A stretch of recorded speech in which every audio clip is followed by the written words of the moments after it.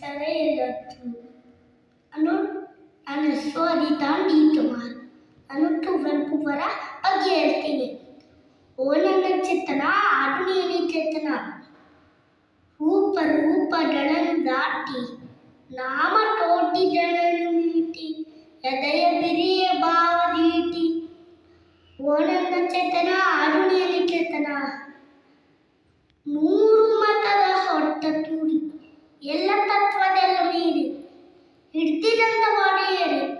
ಓ ನನ್ನ ಚೇತನ ಆಡುನೇನಿ ಚೇತನ, ಎಲ್ಲಿಯೂ ನಿಲ್ಲದಿರು, ಅಣೆಯನೆಂದು ಕೆಟ್ಟದಿರು, ತೊಡೆಯನೆಂದು ಮುಟ್ಟದಿರು.